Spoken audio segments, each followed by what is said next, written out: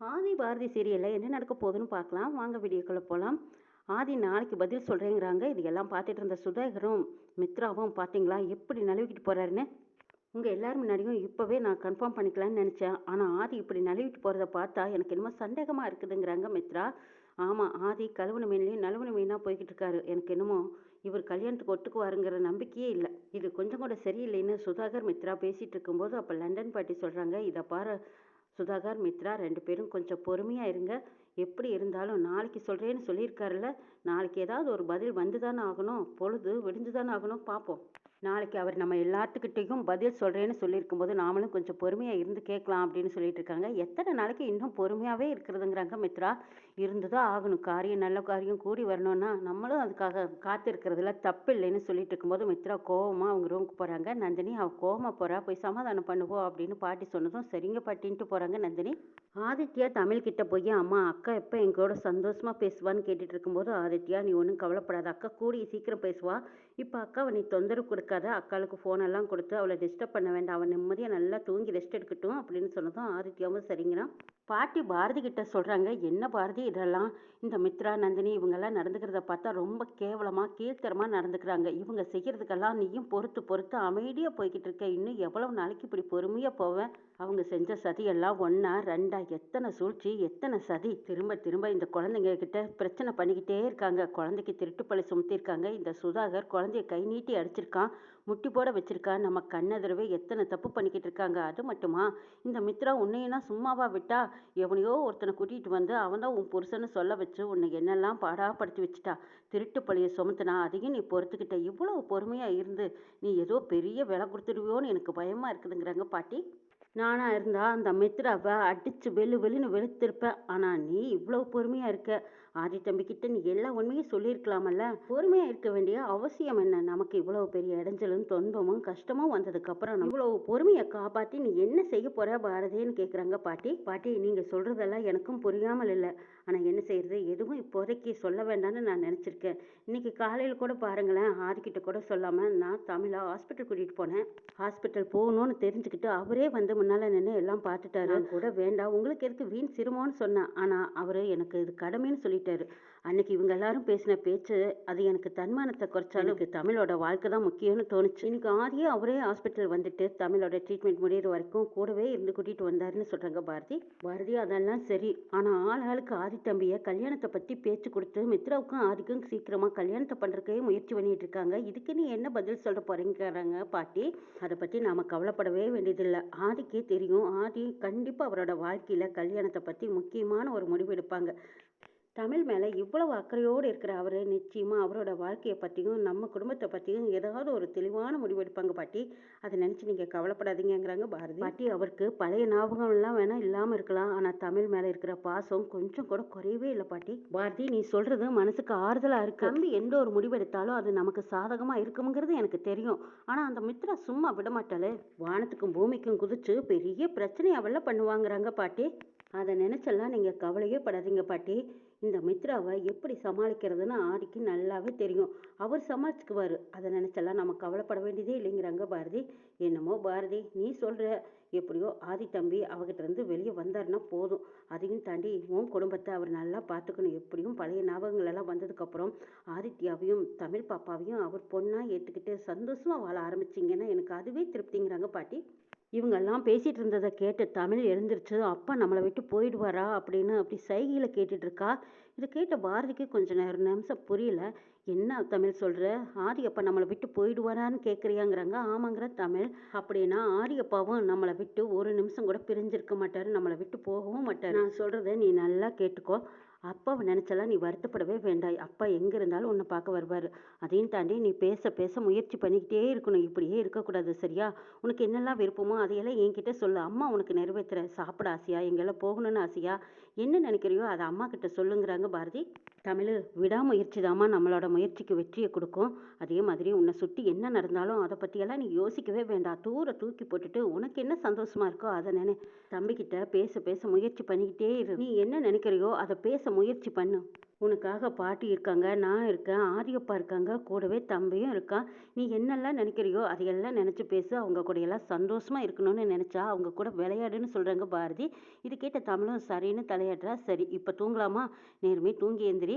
காலையில் எழுந்திரிச்சதும் பேச்சு ட்ரைனிங்க்கு போகணும்னு சொல்லி பாரதி தூங்க வைக்கிறாங்க. சுதாகர் அங்கே டென்ஷனாக இருக்காங்க. அப்போ மித்ரா வந்து இங்கே என்ன நடக்குதுன்னு எனக்கு ஒன்றும் புரியல. ஏன் இப்படி ஆதி பண்ணிக்கிட்டு இருக்காரு? ஆதி என்னை கல்யாணம் பண்ணிக்கிட்டு சந்தோஷமா இருக்கிற வழியை பார்க்க வேண்டியதானுங்கிறாங்க. ஆமாம்மா, வெண்ணை இந்த ஆதி பண்ணிட்டு இருக்கிறது எனக்கு கொஞ்சம் கூட சுத்தமாக பிடிக்கல. வெண்ணை திரண்டு வரும்போது தாலியை உடைச்ச கதிகா கல்யாணம் கூடி வரும்போதெல்லாம் இந்த பாரதி ஏதாவது ஒரு விஷயத்துல மாட்டிக்கிறா. அவளுக்காக பறிஞ்சு பேசி இந்த கல்யாணத்தை தள்ளி போடுறாரு. சரி, பாரதி விட்டு வெளியே வருவான்னு பார்த்தா அப்போ குட்டி போட்ட போன மாதிரி பாரதி குடும்பத்தையே சுத்தி சுத்தி வர்றானே. பாரதி யாருன்னே தெரியாத போது அவன் குடும்பத்தையே சுத்தி வர்றானே. அப்போ பாரதி யாருன்னு தெரிஞ்சா அவனை விட்டு விலக வர முடியுமா? அப்படி அவன் வரவும் மாட்டான். அதுக்கப்புறம் நாம நினைக்கிறது எதுவுமே நடக்காத மித்ராங்கிறாங்க சுதாகர். அண்ணே, நானே டென்ஷனாக இருக்கேன். பாரதியை சொல்லி சொல்லி என்னை வெறுப்பேத்தாதீங்கிறாங்க மித்ரா. நான் உன்கிட்ட ஆறுதலாக ஏதாவது சொல்லுவேன்னு வந்தா நீ என்னடானா ரொம்பவே டென்ஷன் படுத்துற. அன்னைக்கு நாங்கள் பேசின பேச்சுக்கு அந்த தமிழுக்கு ஏதாவது ஒன்று ஆயிருந்தா அப்போவாவது இந்த பாரதி வீட்டை விட்டு வெளியே போயிருப்பான்னு பார்த்தா ஆதி என்னடானா பாரதியோட குடும்பத்தை இழுத்து போட்டுக்கிட்டு அந்த தமிழை ஹாஸ்பிட்டல் கூட்டிகிட்டு போகிறதும் பணம் கட்டுறதும் அக்கறையோடு திருப்பி கூட்டிகிட்டு வர்றதுமாவே இருக்காரு. இதில் பவானி வேற அவங்க போட்டு கொடுத்த திட்டத்தை நம்ம சொதுப்புறோன்னு நினச்சிக்கிட்டு நம்மளை சந்தேகப்படுறாங்க. முதல்ல இங்கே நடந்த விஷயத்த பவானி கிட்ட சொல்லணுங்கிறாங்க. ஆமாம்மா, முதல்ல பவானி மேடத்துக்கிட்ட சொல்லு. அதுக்கு அவங்க என்ன வழி சொல்கிறாங்கன்னு பார்க்கலாங்க சுதாகர். ஸ்பீக்கர்ல போட்டு மித்ராவும் சுதாகரும் பவானி கிட்ட பேசிட்டு இருக்காங்க. என்ன மித்ரா, அங்க என்னதான் நடக்குதுன்னு கேக்குறாங்க பவானி. நடந்தது எல்லாம் சொல்லிக்கிட்டு இருக்காங்க மித்ரா. ஆதி நாளைக்கு தான் முடிவு சொல்லியிருக்காங்கன்னு மித்ரா சொன்னதும் அப்ப இன்னும் ஆதி எந்த ஒரு முடிவும் எடுக்கலையில. நாம போட்ட திட்டப்படி முழுக்க முழுக்க சக்சஸ் ஆகுது. அதாவது நாம போட்ட திட்டத்துல தானே இந்த தமிழ் வாய் பேசாம போயிருக்கா. அதே மாதிரி இந்த பாரதிக்கும் ஒரு ஷாக் கொடுக்கணும். அப்பதான் பாரதி ஆதியை விட்டு ஓடி போவா. இவ்வளவு நாளா நம்மளை பத்தி எல்லா விஷயமும் பாரதிக்கு தெரிஞ்சும் ஆதி கிட்ட பேசாம இருக்கான்னா அது நமக்கு சாதகமா பயன்படுத்திக்கணும் மித்ரா. பாரதி இதே மாதிரி எப்பவும் இருப்பான்னு நீ நம்பிட்டு இருந்துடாத. கூடிய சீக்கிரம் நீ ஆரிய கல்யாணம் பண்ணிக்கிற வழியை பாரு. அப்பதான் அவன் சொத்து பூரா நம்ம எடுத்துக்க முடியும். நாம நினைச்சதெல்லாம் நடக்குங்கிறாங்க பவானி. ஆதி நாளைக்கு என்ன முடிவெடுக்க போறான்னு அவன் கிட்ட கேளு. அதுக்கேற்ற மாதிரி நீயும் நடந்துக்கோ. உடனே அந்த தகவலையும் என்கிட்ட சொல்லுங்கிறாங்க பவானி. இதை கேட்ட மித்ராவும் சரி மேடம், நாளைக்கே நான் சொல்றேங்கிறாங்க. என்ன மித்ரா, பவானி மேடம் இப்படி சொல்லிட்டாங்க, அப்ப நீ என்ன பண்ண போறேன்னு சுதாகர் கேட்குறாங்க. அண்ணே, நாளைக்கு வரைக்கும் வெயிட் பண்ணலாண்ணே, அதுக்கப்புறமா நம்ம ஒரு முடிவு எடுத்து வரலாங்கிறாங்க. அதுவும் சரிதான். சரி, நாளைக்கு வரைக்கும் வெயிட் பண்ணி பார்க்கலாங்கிறாங்க சுதாகர். அடுத்த நாள் காலையில் மித்ரா நேரமே எழுந்திரிச்சு வந்திருக்காங்க. இதை பார்த்த நந்தினி என்ன ஆதி இன்னைக்கு ஒரு முடிவு சொல்ல போறாருங்கிற ஆசையிலையும் ரொம்ப அவளோட தூக்கம் இல்லாமல் இருப்பே போல இருக்குதுன்னு நந்தினி கேட்குறாங்க. ஆமாம், ஆதி என்ன சொல்ல போறாருன்னு எனக்கு தெரியல. நைட்டெல்லாம் எனக்கு தூக்கமே வரல தெரியுமாங்கிறாங்க மித்ரா. அங்கே தவக்கலை வராங்க. டே தவக்கலை, ஆதி என்ன பண்ணிட்டு இருக்காரு, நேரமே எழுந்திரிச்சிட்டாரான்னு கேட்குறாங்க. அட மித்ரா மேடம், உங்களுக்கு விஷயமே தெரியாதா? ஆதி தம்பி இப்போ வீட்டில் இல்லைங்கிறாங்க தவக்கலை. இதை கேட்டதும் அதிர்ச்சி அடைகிறாங்க மித்ரா. என்ன சொல்கிற தவக்கலை, வீட்டில் இல்லையா? இன்னைக்கு காலையில் எழுந்திரிச்சு ஒரு முடிவை சொல்கிறேன்னு சொன்னார். இப்போ வீட்டில் இல்லைன்னா என்ன அர்த்தம்? அதுக்குள்ளே எங்கே போயிருப்பாரு? எனக்கு அதை பற்றியெல்லாம் தெரியாது மேடம். ஆனால் ஆதி தம்பி இப்போ வீட்டில் இல்லை அப்படின்னு சொல்லிட்டு தவக்கலை அங்கேருந்து போகிறாங்க. அப்போ மித்ராவுக்கும் நந்தினிக்கும் ஒரே டென்ஷனாக இருக்குது. என்னது, இன்னைக்கு காலையில் முடிவு சொல்கிறேன்னு சொன்னவர் இப்போ வீட்டில் இல்லாமல் போனால் என்ன அர்த்தம்? எங்கே தான் போயிருப்பாருன்னு யோசிக்கிறாங்க. சுதாகரும் லண்டன் பாட்டியும் வந்து என்ன மித்ரா, ஏன் இப்படி டென்ஷனாக இருக்கீங்கிறாங்க. ஏன் எங்கே நிம்மதியாக இருக்க விடுறாங்க? காலையில் பதில் சொல்கிறேன்னு சொன்ன ஆதி இப்போ வீட்லேயே இல்லையா, என்னை தவிக்க விடுறாங்க. அண்ணா, நம்ப வச்சு என்னை கழுத்து அறுக்கிறாரு இந்த ஆதி. இதுக்கெல்லாம் என்ன ஒரு முடிவுங்கிறது எனக்கு புரியாமல் நான் தவிச்சிட்டு இருக்கேன்னு சொல்லிட்டு இருக்கும்போதே ஃபோன் வருது. ஆதி தான் கால் பண்ணுறாருன்னு சொல்லிட்டு மித்ரா அவளோட ஃபோன் எடுக்கிறாங்க. ஆதி, என்ன ஆதி, எங்கே போயிட்டீங்க, உங்களை காணுமேங்கிறாங்க. ஆமாம் மித்ரா, நான் உங்ககிட்ட ஒரு முக்கியமான விஷயம் சொல்லான்ட்டு தான் நான் கூப்பிட்டேன். நீ நம்ம குடும்பத்தில் இருக்கிற அத்தனை பேர்ட்டையும் கூட்டிகிட்டு சிவன் கோயிலுக்கு வாங்குறாங்க. எது சிவன் கோயிலுக்கா? அங்கே எதுக்கு ஆதிங்கிறாங்க மித்ரா. நான் இங்கே வா சொல்கிறேன் அப்படிங்கிறாரு ஆதி. வரும்போது பாரதி குடும்பத்தையும் சேர்த்து கூட்டிகிட்டு வான்னு சொல்லிட்டு ஆதி ஃபோனை வைக்கிறாங்க. என்ன ஆதி, இப்போ எதுக்கு அங்கே அவங்களையெல்லாம் கூட்டிகிட்டு வர சொல்கிறீங்கிறாங்க. நீ கோயிலுக்கு வா, உனக்கு எல்லா கேள்விக்கும் நான் பதில் சொல்கிறேன்னு சொல்லிட்டு ஆதி ஃபோனை கட் பண்ணிட்டாங்க. ஆதி, அங்கே எதுக்குன்னு கேட்குறாங்க மித்ரா. சி, இப்படியா மூஞ்சில் அடித்த மாதிரி ஃபோனை கட் பண்ணிட்டாரு அப்படின்னு சொல்லி மித்ரா டென்ஷனாக இருக்காங்க. இப்போ அங்கே எதுக்கு கோயிலுக்கு வர சொல்லியிருக்காரு அப்படின்னு எல்லாத்துக்கும் ஒரே குழப்பமாக இருக்குது. மித்ரா, நீ எதுக்கு டென்ஷன் ஆகுற? கோயிலுக்கு தானே வர சொல்லியிருக்காரு, கோயிலுக்கு போய் பார்த்தா தெரிஞ்சு போயிட்டு போகுதுங்கிறாங்க சுதாகர். அண்ணா, அதை பற்றியெல்லாம் நான் கவலைப்படலை. ஆனால் நம்மளை மட்டும் வர சொல்லியிருந்தா பரவாயில்ல. இந்த பாரதி குடும்பத்தையும் எல்லாம் சேர்த்து கூட்டிகிட்டு வர சொல்லியிருக்காரு. அங்கே தானே எனக்கு குழப்பமாக இருக்குது. தவக்கலை இவங்கெல்லாம் பேசிகிட்டு இருந்ததை கேட்டுட்டு ஓஹோ! ஏதோ ஒரு விஷயம், ஏதோ ஒரு முக்கியமான முடிவெடுக்க போறாங்க. அதனால தான் என்கிட்ட கூட சொல்லாம அண்ணன் தமிழ் பாப்பாவ கூட்டிட்டு கிளம்பி போயிட்டாரா? சரி, சரி. அங்க போனா என்னன்னு தெரிய போகுது அப்படின்னு நினைச்சிட்டு இருக்காங்க. அப்ப பாட்டி வந்து என்ன தவக்கல, "உனக்கு ஏதாவது தெரியுமான்னு?" கேட்கும்போது, "என்ன கேட்டா எனக்கு எப்படி பாட்டி தெரியும்? என்கிட்டயே சொல்லாம தானே அண்ணன் போயிருக்காரு. அங்க போய் பார்ப்போம். என்னதான் நடக்குதுன்னு பார்க்கலாங்கிறாங்க தவக்கல. ஏதோ முக்கியமான விஷயம் முடிவெடுக்க போறாங்கன்னு வேணா நல்லா தெரியுது பாட்டி. அது நம்ம பாரதி குடும்பத்துக்கு சாதகமா தான் இருக்கும். எக்காரணத்த கொண்டும் மித்ராவுக்கு சப்போர்ட் பண்ணவே மாட்டாரு. அங்க போய் வேடிக்கை பார்க்கலாங்கிறாங்க." எல்லாரும் ஆவலோட அங்க கிளம்பி போறாங்க. எல்லாருமா சேர்ந்து கோயிலுக்கு போய் பார்க்குறாங்க. அங்க ஆதிய காணோம். என்னது ஆதி நம்மள எல்லாத்தையும் வர சொல்லிட்டு எங்க போயிட்டாரு அப்படின்னு சொல்லி கோயில் பூரா சுத்தி பார்த்துட்டு இருக்காங்க. என்ன மித்ராது, ஆதி நம்ம எல்லாத்தையும் இங்க வர சொல்லிட்டு அவர் எங்க போயிருப்பாரு? ஒருவேளை யாக குண்டத்துல உட்காந்து பாரதிய கல்யாணம் பண்ணிக்கிறேன்னு சொல்லிட்டா என்னடி பண்ணுவேன்னு கேக்குறாங்க நந்தினி. ஏய் ஏய், என்னடி ஏன்டி இப்படி அபசகுணமா பேசுற? கண்டது எல்லாம் பேசி டென்ஷன் ஆக்காதடி. ஆமா, நீ நிஜமாலுமே எனக்கும் ஆதிக்கும் கல்யாணம் நடக்கணும்னு நினைக்கிறியா, இல்ல பாரதி கூட ஆதி சேரணும்னு நினைக்கிறியான்னு மித்ரா கேட்கவும், ஐயோ என்ன மித்ரா இப்படி கேட்குற? சந்தேகத்துல தாண்டி கேட்டேன். பாரதி பின்னாடியே சுத்திட்டு இருக்காரு. அதுவும் அவங்க 2 பேரும் புருஷன் பொண்டாட்டின்னு தெரிஞ்சா நிச்சயமா பாரதிய கைவிடவே மாட்டாரு. திரும்ப உன் பக்கம் வருவாரான்னு சந்தேகத்துல தாண்டி கேட்டேன். நீ என்னடா நான் இப்படியெல்லாம் கோவிச்சுக்கிட்டியேங்கிறாங்க நந்தினி. சரி நந்தினி, உன் மேலையெல்லாம் எனக்கு கோவம் இல்லை. என்னோட பொழப்பு தான் சிரிப்பா சிரிக்குது. சரி சரி, ஆதி என்னதான் முடிவு சொல்ல போறாருன்னு போய் காத்திருந்து கேட்கலாம் பார்க்கலாம் வான்ட்டு போறாங்க மித்ரா. ஆதி அங்க பூஜை ஒன்று வச்சிருக்காங்க. இது எல்லாம் பார்த்த பாட்டி வந்து, என்ன ஆதி இது, என்ன பூஜை இது, இது எங்க கிட்ட பத்தியே இதை பத்தி எதுவுமே சொல்லலையே, இப்ப திடீர்னு திடுதுப்புன்னு எல்லாத்தையும் கோயிலுக்கு வர சொல்லி இங்க ஒரு பூஜை வச்சிருக்கீங்க, இது என்ன பூஜைன்னு கேட்குறாங்க லட்டு பாட்டி. நான் சொல்றேன் பாட்டி, கொஞ்சம் பொறுமையா இருங்க.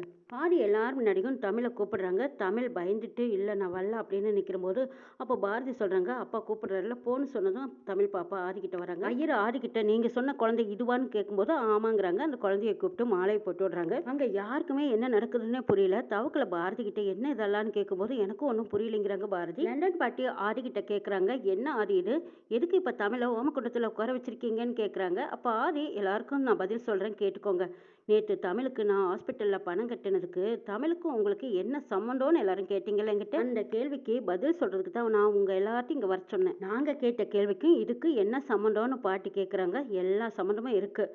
நான் இன்னைக்கு தமிழை என் குழந்தைய தத்தெடுத்துக்க போறேன்னு சொல்றாங்க. இதை கேட்டதும் அப்படியே மித்ராவுக்கு தலையிலேயே நெருப்பள்ளி கொட்டா மாதிரி திகு திகு திகுன்னு பார்த்துட்டு இருக்காங்க. ஆதிக்கிட்ட இருந்து இப்படி ஒரு பதில் வரும்னு யாருமே எதிர்பார்க்கல. இவங்க எல்லாரும் ரொம்ப ஆதியை நெருக்கி பிடிச்சதும் ஆதி தெளிவான ஒரு முடிவு எடுத்திருக்காங்க. சுதாகர் ஆதியை கூப்பிட்டு, ஆதி நீங்க எடுத்திருக்கிற முடிவு தப்பு. யார் கேட்டு இந்த முடிவு எடுத்தீங்கன்னு கேட்குறாங்க. சுதாகர், ஏன் நான் யார் கேட்கணும்? மித்ராவை கேட்டிருக்கணும். மித்ரா உங்களை 5 வருஷமா லவ் பண்ணியிருக்கா. ஏன் மித்ரா, நீ இதுக்கு தான் 5 வருஷமா ஆதியை லவ் பண்ணியா?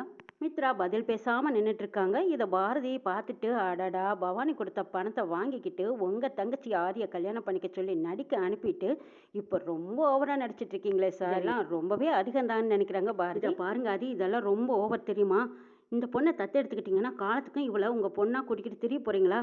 சரி அதை விடுங்க. ஆனா குடும்பத்துல ஒரு வார்த்தை கூட சொல்லாம இப்படி ஒரு முடிவு எடுத்திருக்கீங்களேன்னு லண்டன் பாட்டி கேட்குறாங்க. பாட்டி, நீங்க கேட்குற கேள்விக்கு எங்கிட்ட எல்லாமுக்கும் பதில் இருக்கு. ஆனா இப்ப அதை சொல்லணுங்கிற அவசியம் கிடையாது. தெரிஞ்சோ தெரியாமலோ தமிழ் என்னத்தான் அப்பான்னு ஆழமா மனசுல பதிய வச்சிருக்கா. அவன் என்னைய அப்பா அப்பான்னு வாய் நிறைய கூப்பிடும் போதெல்லாம் நான் அவளோட அப்பாவாவே நான் உணர்ந்திருக்கேன். காரணமே புரியாம நான் சில நேரம் உணர்ச்சி வசப்பட்டிருக்கேன்.